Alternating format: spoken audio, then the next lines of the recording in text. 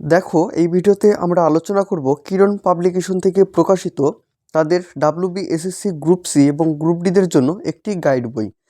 এই বইটিতে আমরা পাচ্ছি বিষয়ভিত্তিক স্টাডি ম্যাটেরিয়াল, অধ্যায়ভিত্তিক সাজেস্টিভ MCQ এবং up to date current affairs. এবং যে বিষয়গুলো বইটিতে ইনক্লুড করা হয়েছে তোমরা এখানে পরপর দেখতে পাবে, যেমন general knowledge, current affairs, mathematic, English, model set এবং PYQ। প্রিভিয়াস ইয়ারের দুটো আমরা প্রশ্ন পাবো গ্রুপ সি এবং গ্রুপ ডিদের জন্য। Non teaching staff NTS self study guide. বইটি প্রকাশিত হয়েছে কিরণ পাবলিকেশন থেকে এবং ফ্রন্ট পেজটা তোমরা কিন্তু এরকম কালারফুল দেখতে পাবে। বইটির যেটা থিকনেস দেখো, একটা স্ট্যান্ডার্ড লেভেলেরই কিন্তু এর থিকনেসটা রয়েছে। যতটুকু গাইড বই হিসাবে থিকনেসটা দরকার ছিল ঠিক ততটাই কিন্তু এর থিকনেস রয়েছে। এবং দাম প্রসঙ্গে যদি বলি তাহলে বইটির MRP করা হয়েছে 375 টাকা। কেউ যদি মনে করো বইটি অনলাইন থেকে পারচেস করবে, সেক্ষেত্রে অনলাইনের যে পারচেস লিঙ্ক থাকবে সেটি আমি আমার ডেসক্রিপশনে দিয়ে রাখবো, তোমরা সেখান থেকে পারচেস করে নিতে পারো। বা আমি যেই দোকান থেকে মূলত বইগুলো সংগ্রহ করে থাকি অপুদার কাছ থেকে, তোমরা সেখান থেকেও একটা ভালো ডিসকাউন্টের আকারে পেয়ে যাবে। তার নাম্বার ডেসক্রিপশনে দিয়ে রাখবো, তোমরা সেখান থেকে চেক আউট করে কথা বলে নিও। আরেকটা বিষয় সেটা হচ্ছে কিরণ পাবলিকেশন থেকে ইতিমধ্যে যে সমস্ত বই বেরিয়েছে, যেমন সকলেরই পছন্দ একটি বই বস্তুনিষ্ঠ সাধারণ জ্ঞান, বস্তুনিষ্ঠ গণিত, বস্তুনিষ্ঠ রিজনিং বা সাধারণ জ্ঞান। অনেকেই কিন্তু সাধারণ জ্ঞান জিকে বইটা তোমরা অনেকেই নিয়েছো বা আগামী দিনে নেবে। তো এই প্রত্যেকটিরই কিন্তু রিভিউ আমার চ্যানেলে রয়েছে। তোমরা যদি মনে করো যে সেই ভিডিওগুলো দেখবে, অবশ্যই চ্যানেলে ভিজিট করো এবং ফুল রিভিউগুলো দেখে নাও।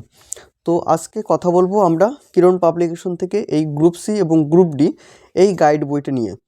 ভিডিওটা শুরু করার আগে চ্যানেলে কেউ যদি নতুন হয়ে থাকো অবশ্যই সাবস্ক্রাইব করে রেখো, কারণ এই চ্যানেলে তোমরা মূলত বিভিন্ন সরকারি চাকরি বইয়ের কিন্তু রিভিউ দেখতে পারো। এবং তার সাথে সাথে আমাদের টেলিগ্রাম গ্রুপের যেটা লিঙ্ক রয়েছে সেটি ডেসক্রিপশনে দেওয়া থাকবে, তোমরা সেখান থেকে জয়েন হয়ে যেও। তো সেখানে তোমরা পরবর্তীতে সব আপডেট কিন্তু টেলিগ্রাম গ্রুপেই পেয়ে যাবে। এবং ভিডিওটা ভালো লেগে থাকলে অবশ্যই একটি লাইক করে দিও। তো বইটির যেটা পেজ কোয়ালিটি বা বাইন্ডিং কোয়ালিটি যথেষ্ট কিন্তু ভালো রয়েছে।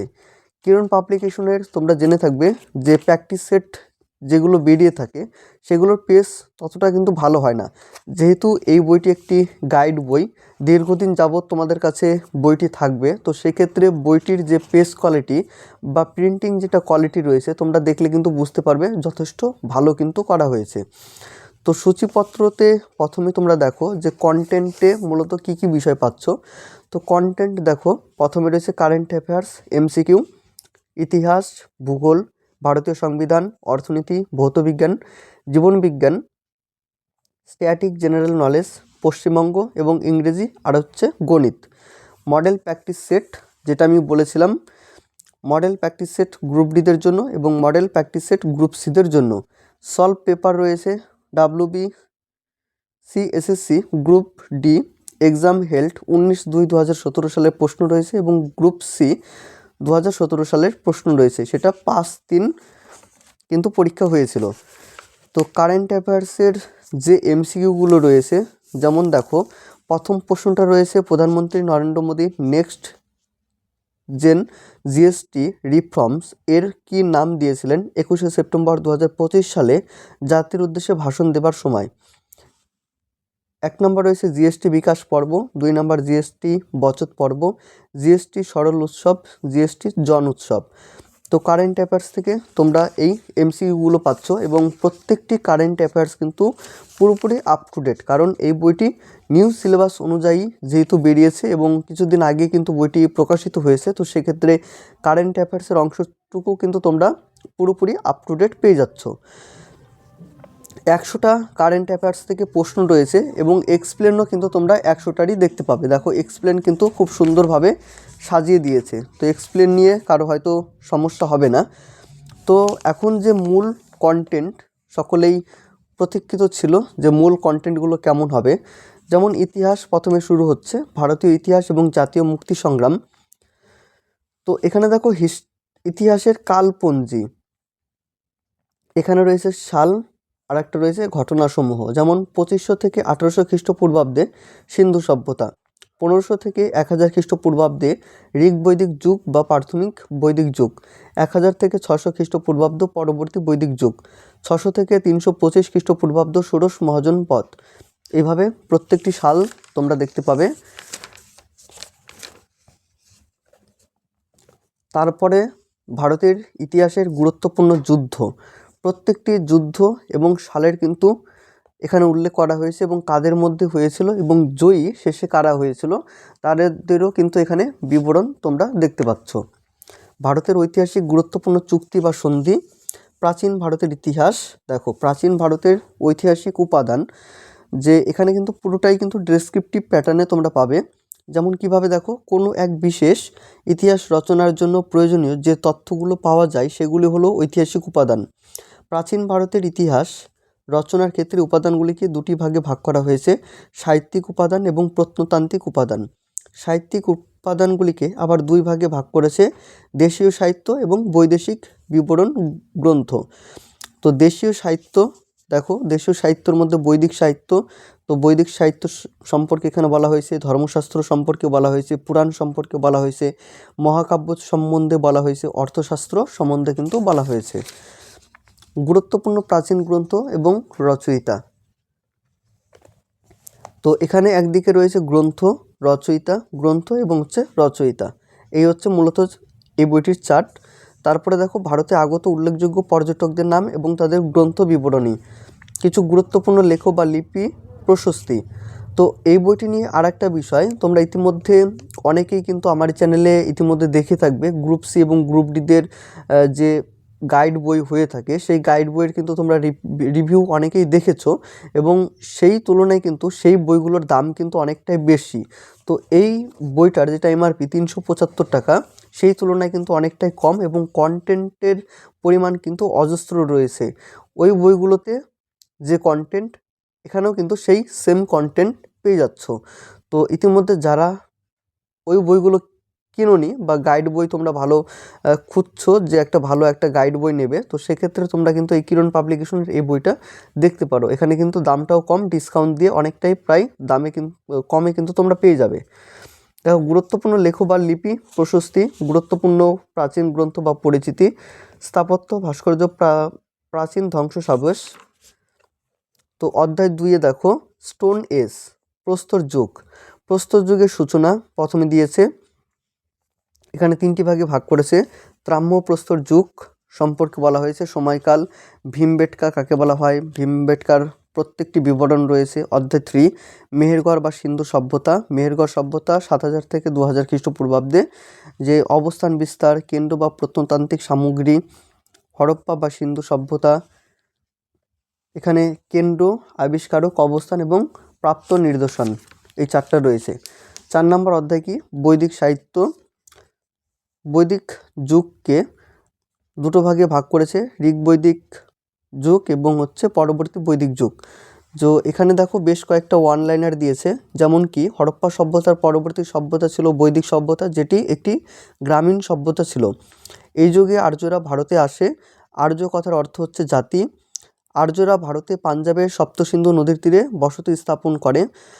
আর্যদের আদি বাসস্থান কোথায় ছিল সেই সম্পর্কে অনেক ঐতিহাসিক বিভিন্ন মতবাদ দিয়েছেন। আর্যদের আদি বাসস্থান সম্পর্কে মতবাদ দিয়েছেন, তার নির্ণয়ে আলোচনা করা হলো। এই 4টা দিয়েছে। তো এখানে প্রত্যেকটি ওয়ান লাইনার তোমরা দেখতে পাবে, যেমন 4টি বেদ সম্পর্কে আলোচনা করা হয়েছে, যেমন ঋগ্বেদ, ঋগ্বেদ সম্পর্কে বলা হয়েছে, সামবেদ সম্পর্কে বলা হয়েছে, যজুর্বেদ এবং অর্থববেদ। 5 নম্বর অধ্যায় জৈন ধর্ম এবং বৌদ্ধ ধর্ম।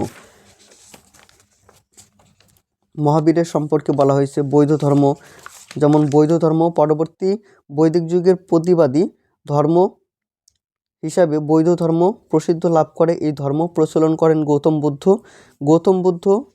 গৌতম বুদ্ধের জন্ম হয় 563 খ্রিস্টপূর্বাব্দে। জন্মস্থান, গৌতম বুদ্ধের পিতার নাম কী ছিল, গৌতম বুদ্ধের মাতার নাম কী ছিল, গৌতম বুদ্ধের বাল্য নাম কী ছিল, গৌতম বুদ্ধের স্ত্রীর নাম কী ছিল বা গৌতম বুদ্ধের পুত্রের কী নাম ছিল, প্রত্যেকটি কিন্তু গৌতম বুদ্ধ সম্পর্কে বলা হয়েছে। 7 নম্বর অধ্যায় দেখো মগধ সাম্রাজ্যের উত্থান। দেখো ইতিহাসের যতটুকু দরকার প্রত্যেকটি কিন্তু তোমরা এখানে পেয়ে যাচ্ছ। মধ্যযুগীয় ভারতের ইতিহাস এখান থেকে শুরু হচ্ছে।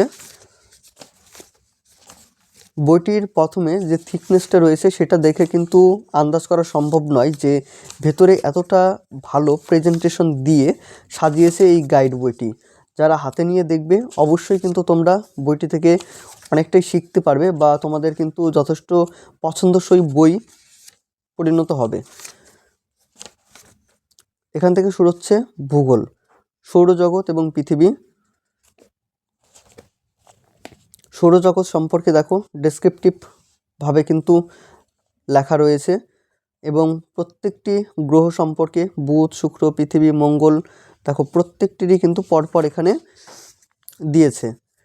2 নম্বর অধ্যায় কি? ভূমিরূপ, পর্বত, মালভূমি, সমভূমি এবং হচ্ছে মরুভূমি।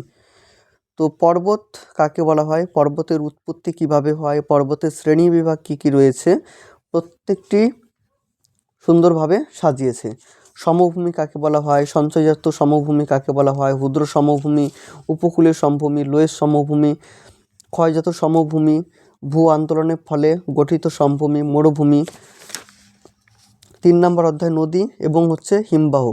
তো এখানে হচ্ছে নদী, প্রথমে হচ্ছে নদী কাকে বলা হয়, পৃথিবীর অধিকাংশ নদী পার্বত্য অঞ্চলে থেকে উৎপত্তি লাভ করে। এক কথায় নদী হলো স্বাভাবিক জলধারা।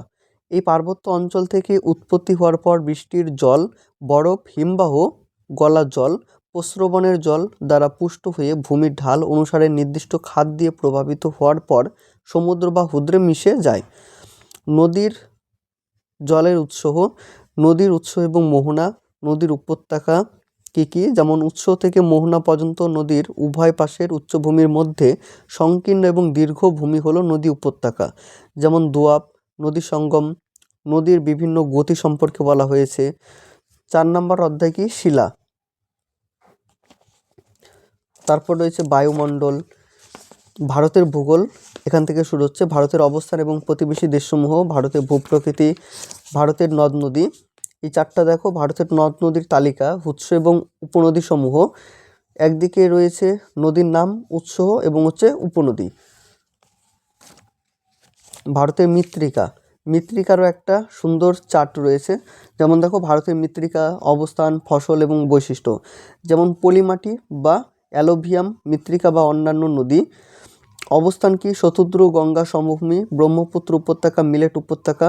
ফসল কী কী হয়? ধান, গম, আখ, পাট, ডাল, তৈলবীজ। এর বৈশিষ্ট্য কী কী? নদী তীরবর্তী মৃত্তিকায় পলিমাটি বা অ্যালুভিয়াল মৃত্তিকা নামে পরিচিত।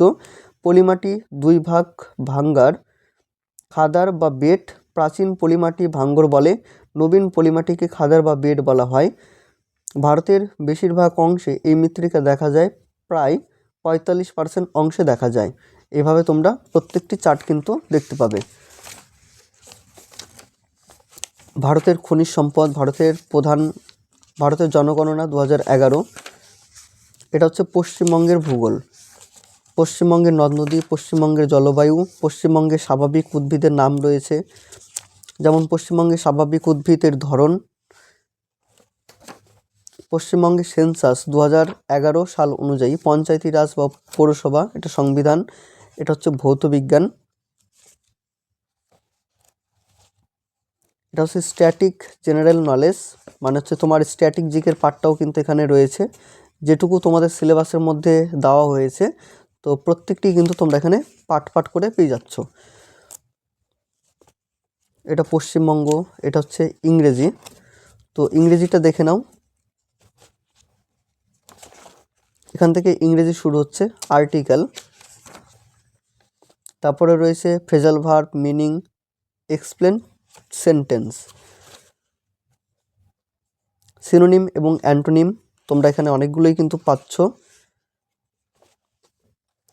তো এটা হচ্ছে ইংরেজির পার্ট। এটা হচ্ছে গণিত।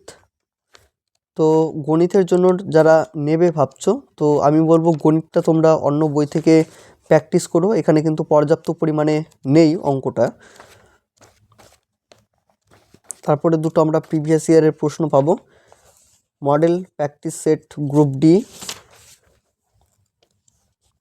এক্সপ্লেন রয়েছে, এবং হচ্ছে আর একটা হচ্ছে গ্রুপ সি। এই দুটো হচ্ছে প্রিভিয়াস ইয়ার বা হচ্ছে তোমার প্র্যাকটিস সেট। এবং শেষে রয়েছে প্রিভিয়াস ইয়ারের প্রশ্ন, WBSSC গ্রুপ ডি এক্সাম 19/2/2017 সালের প্রশ্ন। এখানে সেকশন ওয়াইজ ভাগ করা হয়েছে, যেমন section 1 general knowledge, section 2 current affairs, section 3 arithmetic এবং সেকশন 3 এই গেল টোটাল 45টা প্রশ্ন। 45টারে কিন্তু তোমরা এক্সপ্লেন এখানে পাচ্ছ। এটা হচ্ছে গ্রুপ সি 5/3/2017 প্রশ্ন। তো এই গেল আজকের এই বইটির প্রেজেন্টেশন। আশা রাখছি তোমাদের আর কোনো প্রশ্ন নেই, বা থেকেও যদি থাকে তোমরা কমেন্টের মাধ্যমে জানাতে পারো যে আর কি বই তোমরা পরবর্তীতে দেখতে চাও বা কে কোন প্রিপারেশন নিচ্ছ। তো আগামী দিনে তাহলে সেই বইগুলো নিয়ে আসার আমি চেষ্টা করব। অবশ্যই ভিডিওটা বন্ধুদের সাথে শেয়ার করে দিও এবং সকলেই ভালো থেকো, সুস্থ থেকো।